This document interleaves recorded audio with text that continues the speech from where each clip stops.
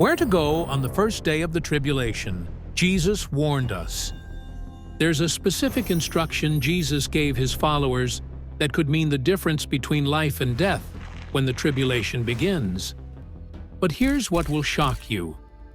Less than 5% of Christians today know what this instruction is, where it came from, or why Jesus said it would be absolutely critical for their survival.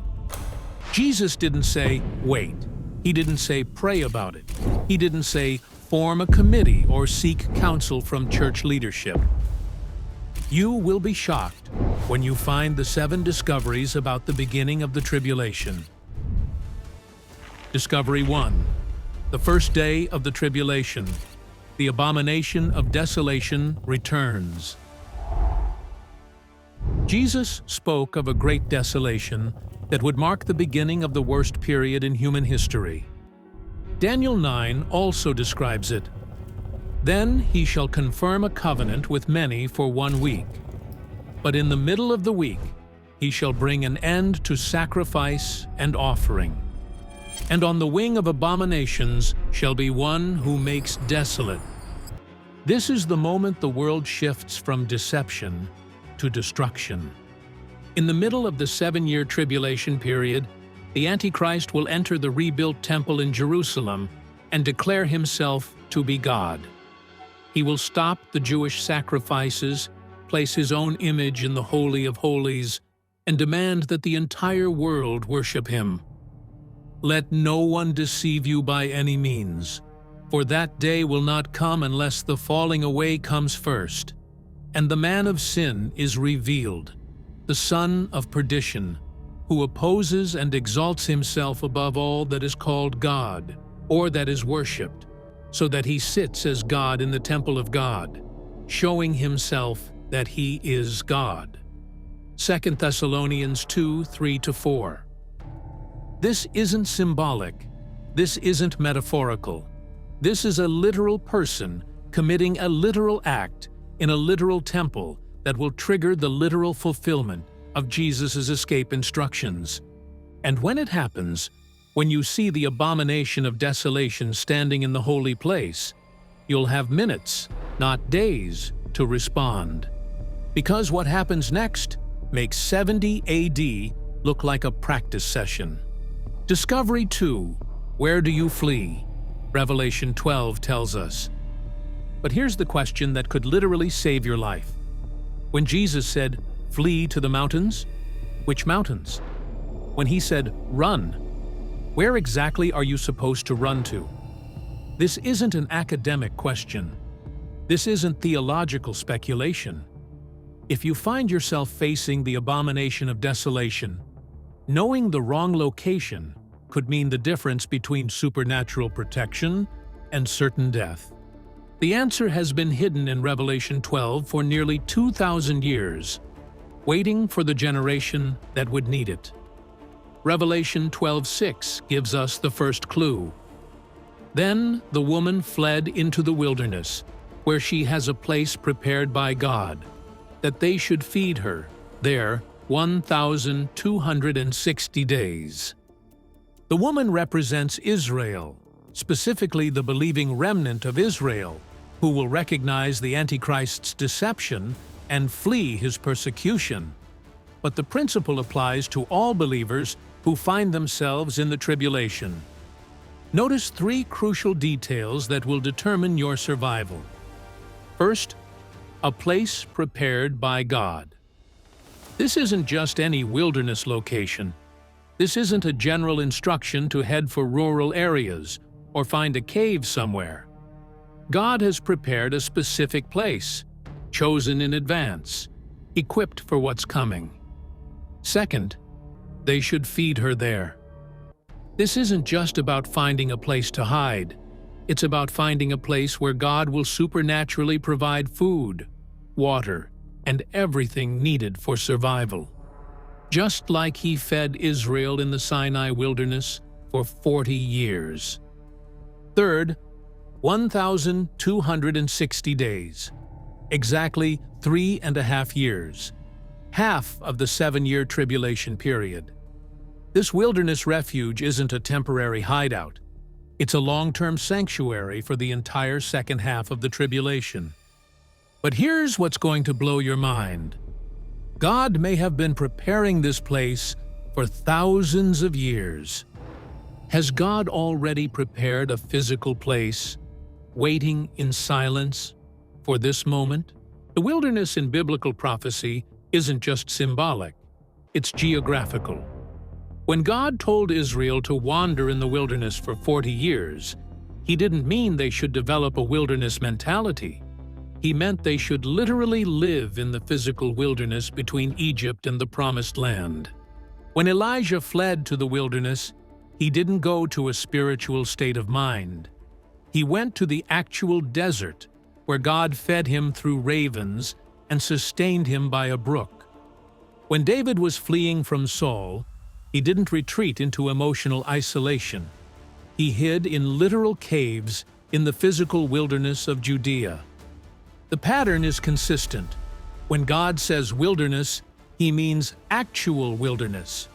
But what does wilderness mean in the context of the end times? Let's look at the geographical and spiritual characteristics. Geographically, a place that's isolated from major population centers, difficult to access by conventional military forces, naturally defensible, with water sources and potential for sustainable living. Spiritually, a place of testing, refining, and complete dependence on God, where human systems fail and divine provision becomes essential for survival. Strategically, a location outside the Antichrist's immediate sphere of control, beyond the reach of his surveillance systems, away from the economic infrastructure that will require the mark of the beast. Prophetically, a place that's specifically mentioned or alluded to in biblical prophecy as a refuge for God's people during the final persecution. Now, here's where this gets absolutely fascinating. Multiple Old Testament prophecies may be pointing to the same geographical location. Daniel 11:41 describes the Antichrist's military campaigns. He shall also enter the glorious land, and many countries shall be overthrown. But these shall escape from his hand: Edom, Moab, and the prominent people of Ammon. 3 territories that will escape from his hand: Edom, Moab, and Ammon. These are regions in modern-day Jordan, east of the Dead Sea, in mountainous wilderness terrain. While the Antichrist conquers most of the Middle East, these specific areas remain outside his control. Why would God preserve these particular territories from the Antichrist's conquest unless they serve a specific purpose in his plan? Isaiah 16:1-4 gives us another clue. Send the Lamb to the ruler of the land, from Selah to the wilderness, to the mount of the daughter of Zion. Let my outcasts dwell with you, O Moab. Be a shelter to them from the face of the spoiler. From Selah to the wilderness. Selah means rock in Hebrew, and many scholars believe this refers to the rock city we now call Petra. Be a shelter to them from the face of the spoiler. The spoiler is the Antichrist, and this passage specifically commands the region to provide shelter for God's people fleeing from him. But here's the most stunning detail. Revelation 12:14 tells us exactly how this escape will happen. But the woman was given 2 wings of a great eagle, that she might fly into the wilderness to her place, where she is nourished for a time and times, and half a time, from the presence of the serpent. 2 wings of a great eagle. This imagery isn't random. Exodus 19:4. You have seen what I did to the Egyptians, and how I bore you on eagle's wings and brought you to myself. When Israel was trapped in Egypt with Pharaoh's army pursuing them, God didn't just give them directions to walk to safety. He supernaturally transported them through the Red Sea on dry ground. He provided a pillar of cloud by day and fire by night to guide them. He made their shoes not wear out during 40 years of wilderness wandering. God doesn't just provide escape routes, He provides miraculous transportation and supernatural guidance.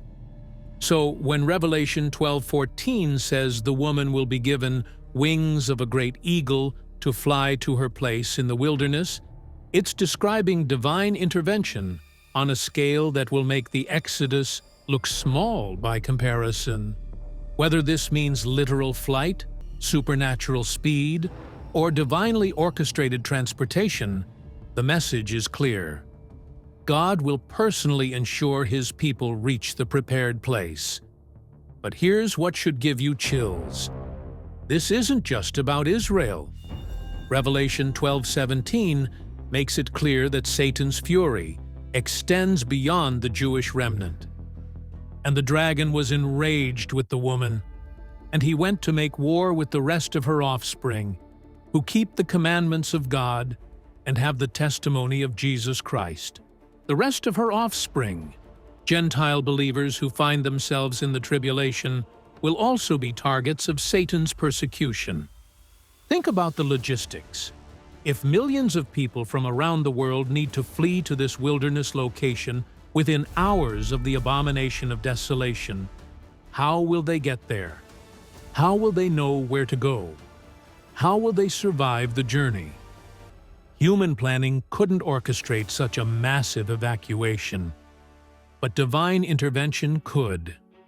Just like God guided Israel through the wilderness with a pillar of cloud and fire, just like He transported Philip supernaturally from Gaza to Azotus, just like He provided for Elijah's needs through ravens and angels, God will guide, transport, and provide for the tribulation refugees in ways that defy natural explanation.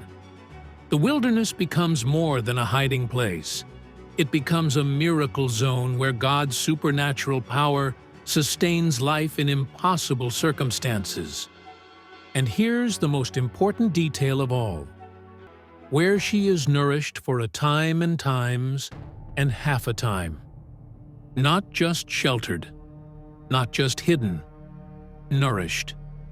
Just like God fed Israel with manna for 40 years, just like He brought water from rocks and kept their clothing from wearing out, He will supernaturally provide everything needed for survival in the wilderness refuge: food, water, shelter, protection, healing, guidance, all provided miraculously for 1,260 days.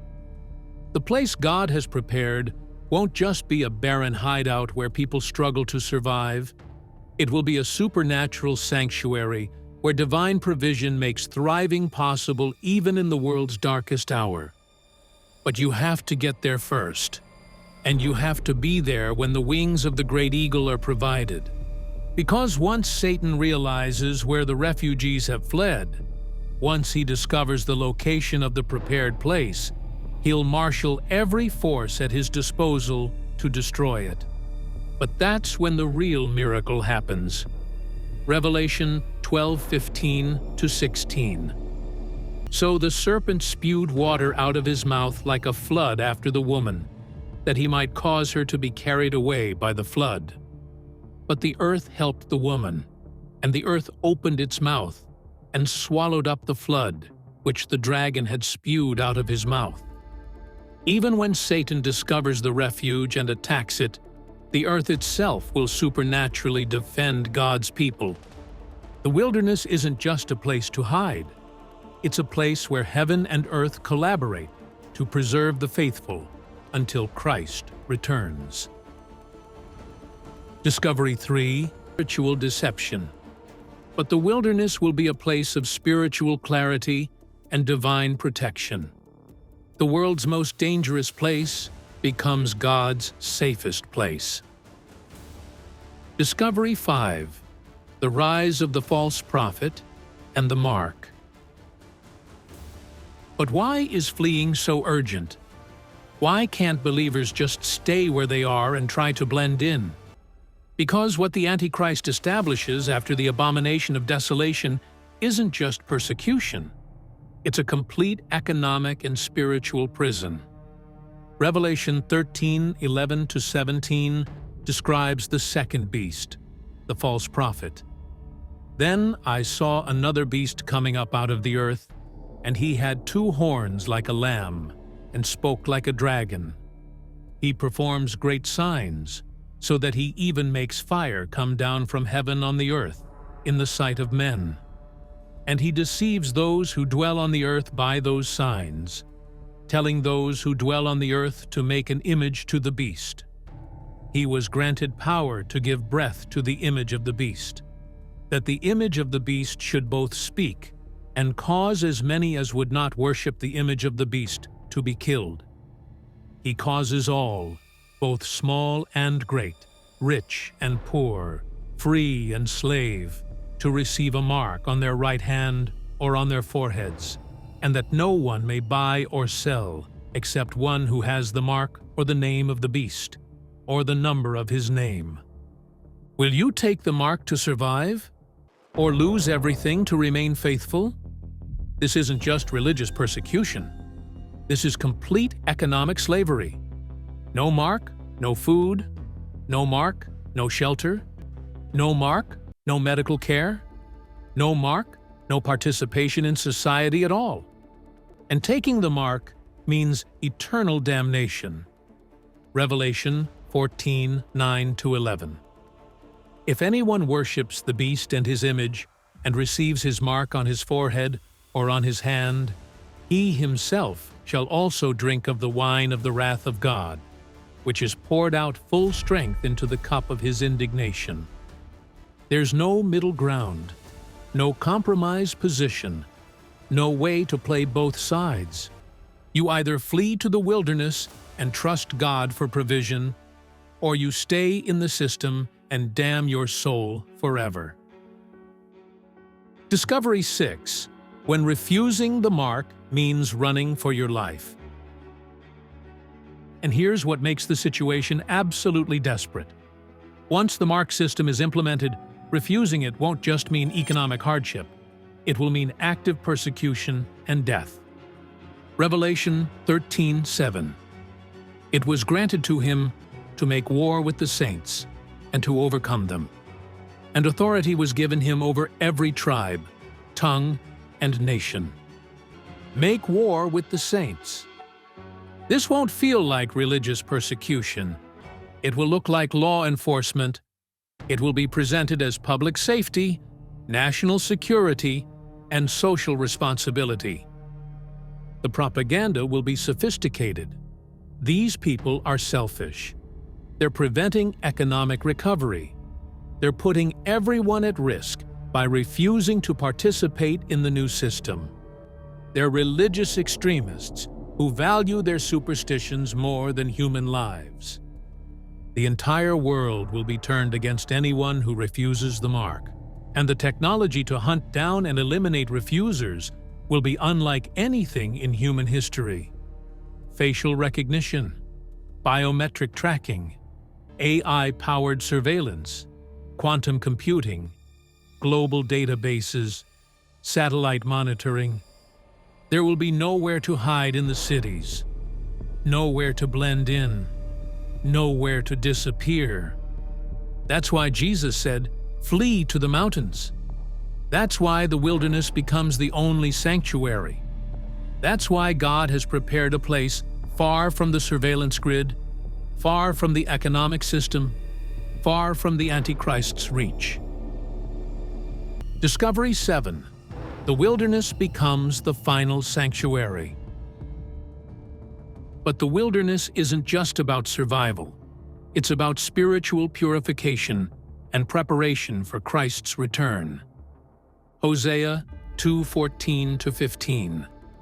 Therefore, behold, I will allure her, will bring her into the wilderness, and speak comfort to her. I will give her her vineyards from there, and the valley of Achor as a door of hope. She shall sing there, as in the days of her youth, as in the day when she came up from the land of Egypt. The wilderness becomes a place of intimate communion with God, away from the distractions of modern life, away from the deceptions of the Antichrist system, away from the noise and chaos of the collapsing world. Believers will experience God's presence and provision in ways they never could in comfortable circumstances.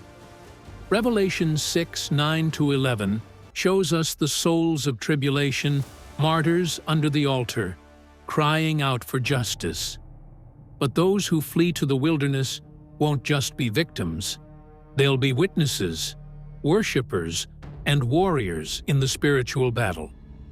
The first day of fleeing may be the first step of faith you've ever taken. Many people who find themselves in the tribulation will have been nominal Christians, cultural believers, or people who thought they were saved but never truly surrendered their lives to Christ. The crisis will force them to choose genuine faith or eternal destruction. The wilderness becomes the place where authentic faith is forged. So here's the practical question. What exactly should you do the moment you see the abomination of desolation? What's the step-by-step action plan for tribulation survivors? Run. Matthew 24:16-18. Then let those who are in Judea flee to the mountains. Let him who is on the housetop not go down to take anything out of his house. And let him who is in the field not go back to get his clothes. Don't pack. Don't gather belongings. Don't stop to secure your property or say goodbye to friends. The urgency is absolute, and the danger is immediate. Separate. Revelation 18:4. Come out of her, my people, lest you share in her sins, and lest you receive of her plagues.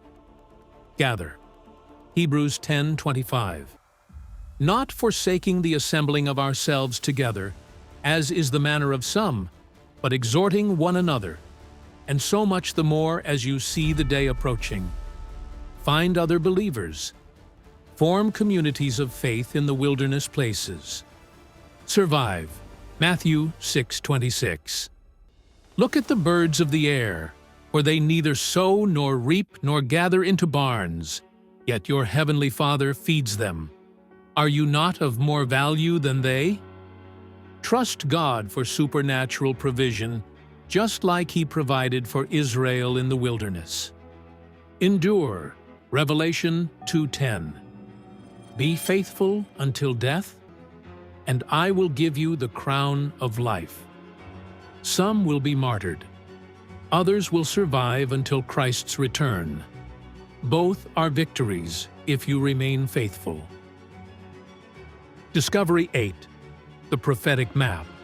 Is Petra the place? But here's the question that could save thousands of lives. Where exactly is this wilderness refuge that God has prepared? Many prophecy scholars believe the answer is Petra, the ancient rock city in southern Jordan. Is Petra where the countdown to Christ's return begins? Consider the evidence. Petra is a natural fortress carved into solid rock cliffs. It has only one narrow entrance that could be easily defended. It has natural water sources and could potentially support a large population. It's in the wilderness, isolated from major population centers and surveillance networks. But most importantly, it may be specifically mentioned in biblical prophecy. Isaiah 16:1-4. Send the lamb to the ruler of the land, from Selah to the wilderness, to the mount of the daughter of Zion. For it shall be as a wandering bird cast out of the nest. So shall be the daughters of Moab at the fords of the Arnon. Take counsel, execute judgment. Make your shadow like the night in the middle of the day. Hide the outcasts. Do not betray him who escapes. Let my outcasts dwell with you, O Moab. Be a shelter to them from the face of the spoiler. From Selah to the wilderness. Selah means rock in Hebrew, and many scholars believe this refers to Petra. Could God have chosen this ancient city, hidden in the mountains of Jordan, as his prepared place for the final 1,260 days? The logistics would be miraculous, but not impossible for the God who fed Israel with manna for 40 years. Discovery 9. Fleeing isn't failure, it's obedience. But here's what you need to understand. If you find yourself needing to follow these instructions, fleeing to the wilderness isn't a sign of defeat or spiritual failure. It's obedience to Christ's direct commands. Hebrews 11:7. By faith Noah, being divinely warned of things not yet seen, moved with godly fear, prepared an ark for the saving of his household, by which he condemned the world and became heir of the righteousness which is according to faith. Sometimes the most spiritual thing you can do is run, when God says run. The Christians who fled Jerusalem in 70 AD weren't cowards. They were the only ones wise enough to believe Jesus' warning and act on it. Running from the Antichrist system isn't compromise. It's faithfulness. Staying in the cities, taking the mark, participating in the beast's economy, that would be the real spiritual failure. Because what the tribulation ultimately reveals is the final division of humanity into two groups, and only two groups: those who worship the Lamb and those who worship the beast. Not race, not nationality, not economic status, not political affiliation. Worship will divide the world. Revelation 14:1. Then I looked, and behold, a Lamb standing on Mount Zion, and with him 144,000, having his Father's name written on their foreheads. Revelation 13:16. He causes all, both small and great, rich and poor, free and slave, to receive a mark on their right hand or on their foreheads. Two marks, two allegiances, two eternal destinies. Picture the scenes. Mothers clutching children as they flee to mountain hideouts. Believers burying Bibles to preserve God's Word. Small groups gathering in caves to worship the true King while the world bows to the false one. These won't be scenes of defeat. They'll be scenes of victory. Because every person who chooses suffering over the mark, who chooses wilderness over worldliness, who chooses faithfulness over comfort, they're choosing eternal life over eternal death. And here's the glorious climax to this story of flight and refuge. The wilderness experience doesn't end in death or defeat. It ends with the most spectacular rescue in history. The tribulation ends not with surrender, but with the King's return. Revelation 16:16. And they gathered them together to the place called in Hebrew, Armageddon. As the 1,260 days of wilderness refuge near their end, the world's armies will gather for the final battle against God. The Antichrist will marshal every military force on earth for one last desperate attempt to prevent Christ's return. But the wilderness remnant survives and watches the sky split. Revelation 19:11-16. Now I saw heaven opened, and behold, a white horse. And he who sat on him was called Faithful and True, and in righteousness he judges and makes war. And he has on his robe and on his thigh a name written, King of Kings and Lord of Lords. Jesus returns, not in whispers, but in fire.